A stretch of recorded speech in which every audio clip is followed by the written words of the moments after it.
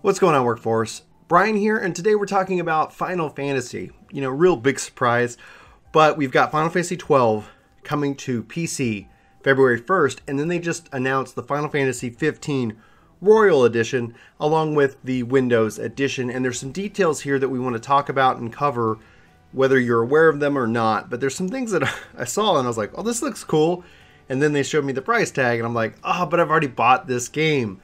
Anyway, I don't want to spoil it. There's a lot of details to cover, so let's just dive in first with Final Fantasy XII Steam Edition.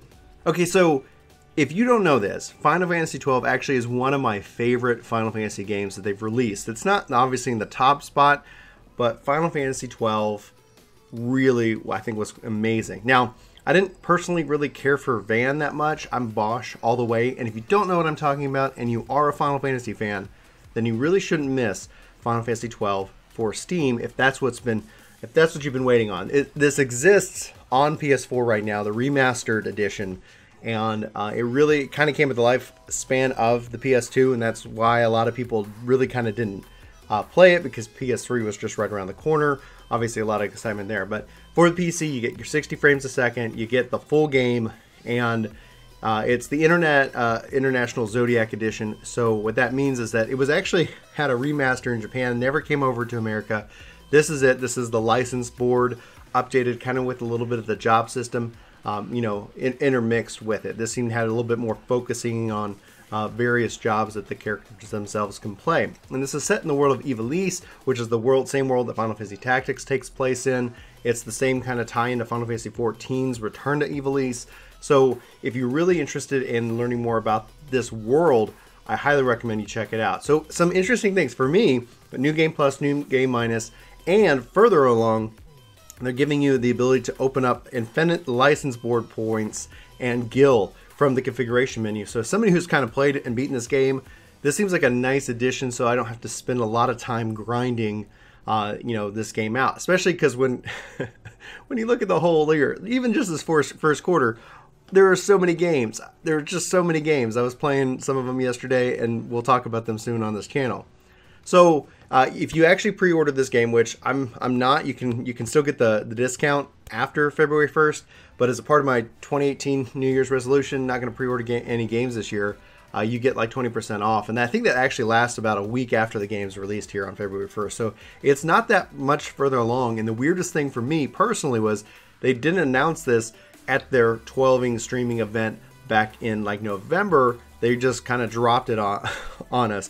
So we have Final Fantasy XIV 4.2, 12, 15, Lost Sphere, like so much Final Fantasy, Dissidia NT, like Square Enix, like I don't know. They're just like, we're just gonna put all this stuff here in first quarter. Good luck. Anyway, so let's talk about Final Fantasy XV Royal Edition.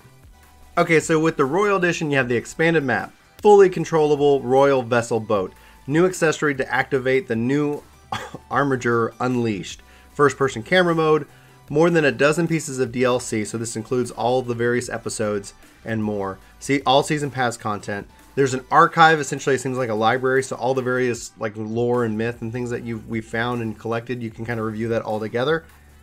New quest to attain and strengthen the Regalia Type D, new trophies, and the Final Fantasy XV base game. That's the Royal game. It looks like that is $50, and that's going to be March the 6th.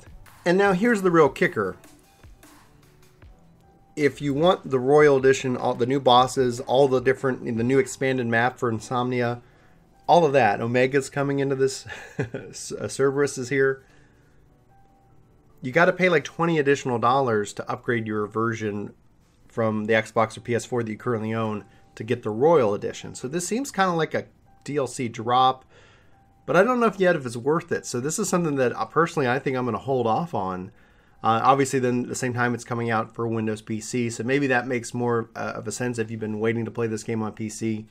But I'm just like, oh man, that kind of stings a little bit personally. Somebody who has all the DLC, as somebody who's really enjoyed this game, to see these different things that look interesting, and then all of a sudden the price tag being $20.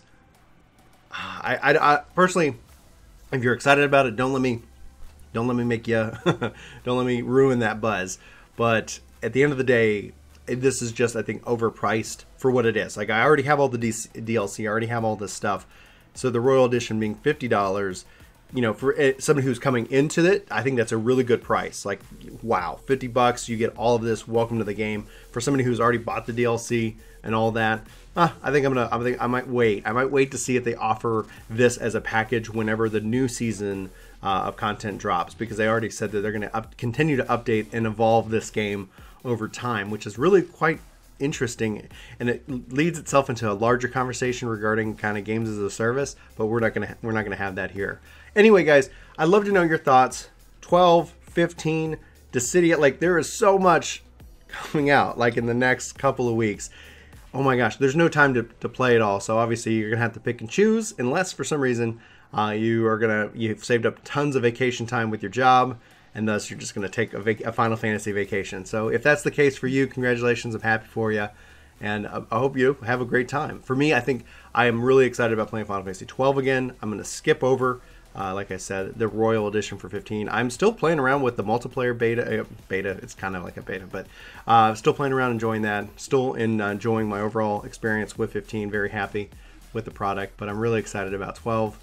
Haven't played that game in forever, and to be able to play this on PC remastered, you know, I'm definitely gonna have to stream that out. So guys, that's it. This is me just rambling at the end of the video. Thanks so much for watching. Let me know what you think, what you're excited about in the comments below. Let's have that conversation, and I hope you have a fantastic day.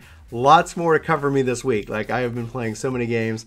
I'm not gonna talk about it here, but we've got more videos about some things that I've been playing that are a lot of fun. Can't wait to share, and I'll talk to you soon. Thanks for watching. YouTube has a pretty cool video waiting for you over here. Our latest vlog is down below. For those of you new, subscribe is over here. And all of our other contact info is just right below me here. Thanks for watching.